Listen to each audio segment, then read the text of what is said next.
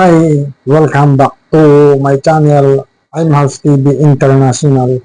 Umaga po ang tekstura tungkol sa pagbibinta ko ng lots for sale and house in lot for sale, condominium unit for sale. Bali po yung binibinta ko na lots ay tatlong uri. Number 1, farm lots. Number 2, residential lots. Number 3, commercial lots. Ang mga binibenta ko po na lots ay nasa loob ng subdivision, sa mga loob ng executive village. Tanong, saan pong location yung mga binibenta ko ng residential lots and commercial lots na nasa loob ng executive village? Ang lokasyon po ay sa Barangay Ampid, Barangay Ampid, San Mateo, Rizal. Diyan po yung binibenta ko na lots, residential lots and commercial lots. Siya po ay, ang process po ng pagbili ng lupa ay 2 option po. Number 1, cash basis. Meron po siya na discount pag cash basis. Number 2, installment fee, monthly. Ano po ang mga dapat gawin kapag ikaw ay kukuha ng hulugan ng lupa? Ito po, makinig po sa mga buyer natin na mga new buyers. Kapag gusto niyo ng hulugan ng lupa, gusto niyo ng investment na nasa loob ng subdivision o nasa loob ng executive village. Una, kung anong nakatalaga na presyo na nakalagay ng binibenta ay, pag, for example, yung reservation fee niya ay 20K. Babayaran niyo yung 20K. Then, mga 3 days to 1 week, mag-down kayo ng 20%. Karamihan po ng sa loob ng binibenta ko na executive village sa loob ng subdivision ay 20% down payment. For example, yung binibenta ko na lupa ay ang total price niya ay 4,850,000. Ang gagawin dyan ay mag-reserve kayo ng 20K. Then, sunod ninyong gagawin, mag-down payment kayo ng 20%. Ilan ba ang 20% ng 4,850,000? Ang down payment po ng 20% ay nasa 970,000. Then, plus mo yung 20K, 990,000. Yan yung babayaran mo kapag sa hulugan monthly. Then, kakaltas na lahat yung 990,000 do sa 4,850,000. Yung magiging sagot mo na remaining balance, yun po yung hulugan ninyo monthly. Ilan years po ba ang terms?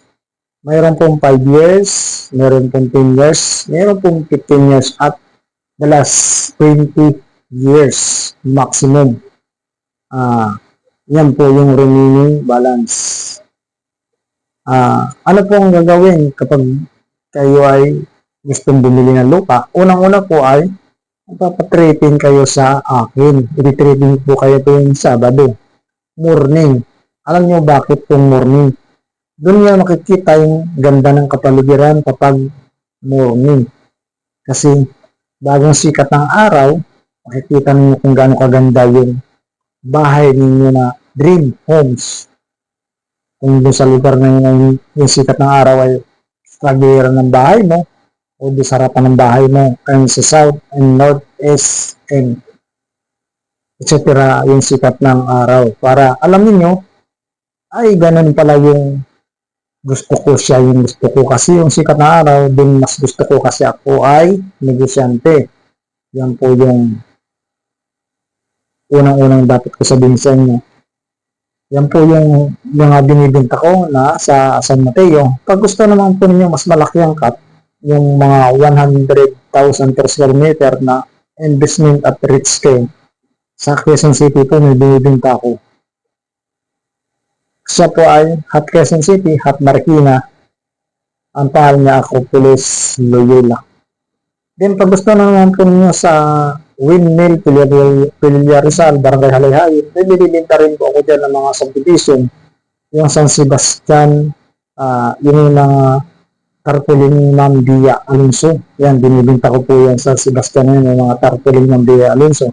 Sa loob niyan ay complete amenities.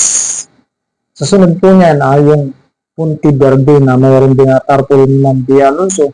Binibenta ko rin po yung mga residential and commercial lots sa loob niyan. Complete amenities, security guard, swimming pool, basketball court, children playground, street line, underground drainage system, electrical facilities, 24/7, may security card, secure kayo.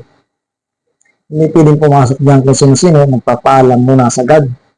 At kung mayroong mga rider na nag-deliver ng food, doon nga sa labas at pupunta yung tao doon sa loob ng subdivision para i-receive yung foods na deliver nila. Ganun sa mga subdivision. Paalala ko lang po sa hindi pa nakakalam.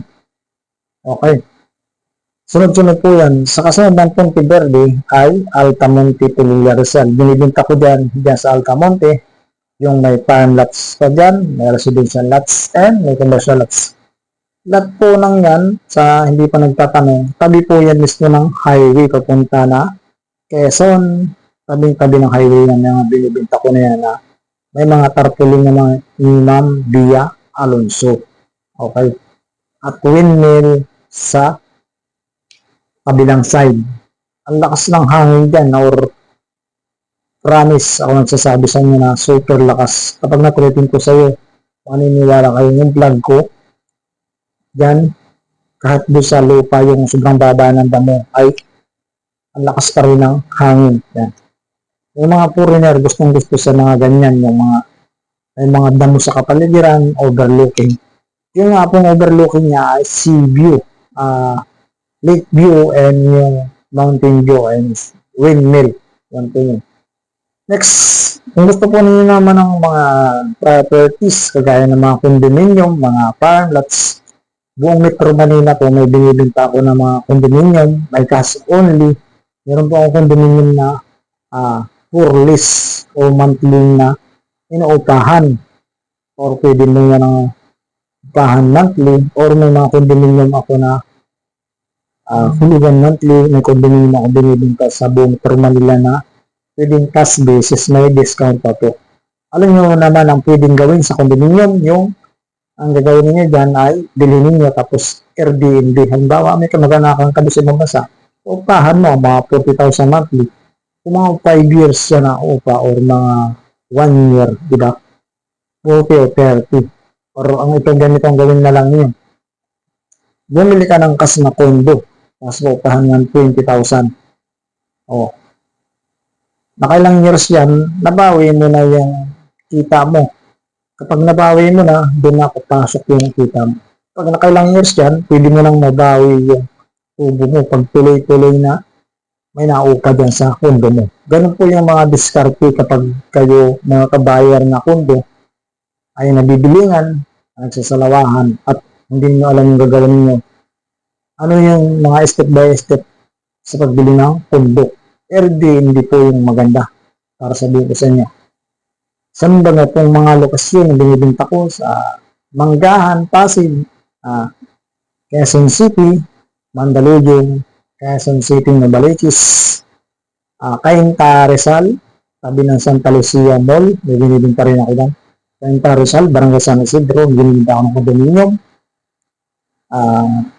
Las Piñas, Parañaque, BGC, Pasay, Manila, and condominium Tagaytay, Rizal, tabi ng highway.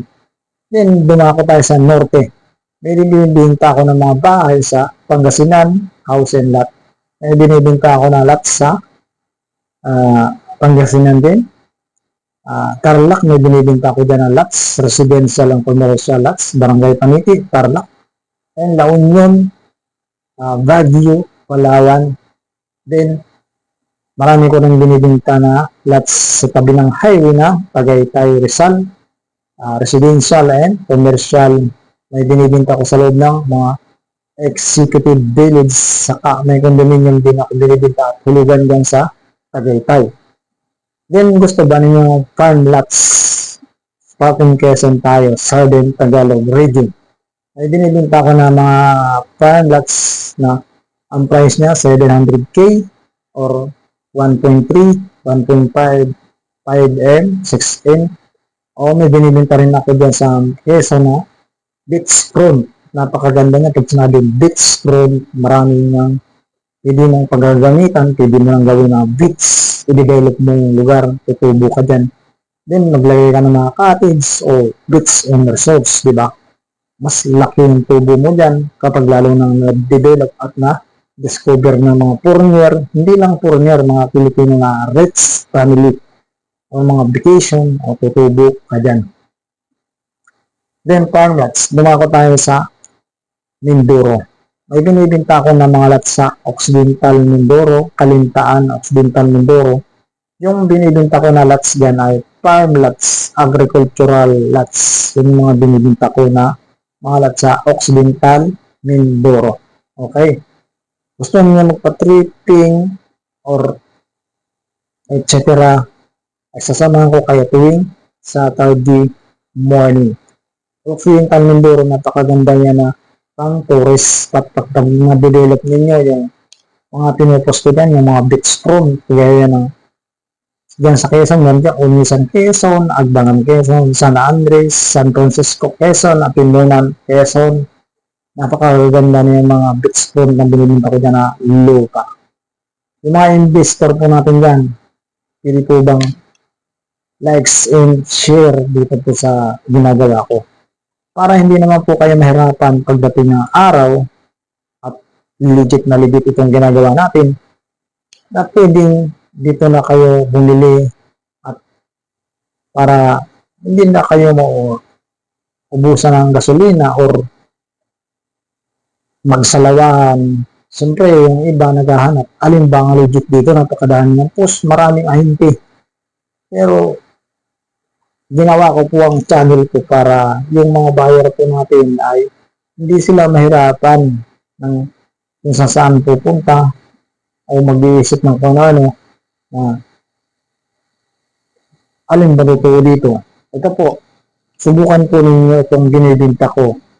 Subukan po ninyo muna bago kayo mag-react. Magpapatilitin po kayo para magustuhan ninyo or etc. dito sa binibinta ko. Ako po ay nagbibinta nga ng farm lots, residential lots, commercial lots. And again, sa etc. marami ko pa rin binibinta. Car, ganon, binibinta ko. Okay? Ito ay endorse ko lang ay house and lot for sale, condominium units, house and lot. Pahabol nga po. Baka po kayo ay gusto niyo magpa-house construction. Pwede pong residential, commercial. Message lang po dyan sa YouTube channel ko. House construction. And baka gusto naman po niyo mag-golf course, magpaminda ng golf course. Message din po kayo. May binibinta rin po ko ng mga house na container, yung para sa mga negosyo. 145 yung total price niya. Free delivery. Lalo na sa Metro Manila, Batangas, Cavite, Laguna, yan. Free delivery. 145,000. Yung nakakita na kayo ng bahay na house, ganun. May binibinta rin po ako. 145k yung total price niya. Okay. Sana po ay nakatulong ako sa kalupa buyer, sa mga house and lot ka-buyer, condominium buyer, etc. na nag-search na bigyan. Thank you for watching. I'm House TV. Sana po ay natulungan ko kayo sa pangangailangan ninyo na binibili ng mga properties, farm lots, residential lots, commercials, and housing lot, and condominium units for sale, and installment fee monthly, and condominium for lease. Yan. And again, subscribe and like, share na rin po sa mga kabayer natin na naghahanap na legit. Thank you for watching. I'm House TV. Bye-bye.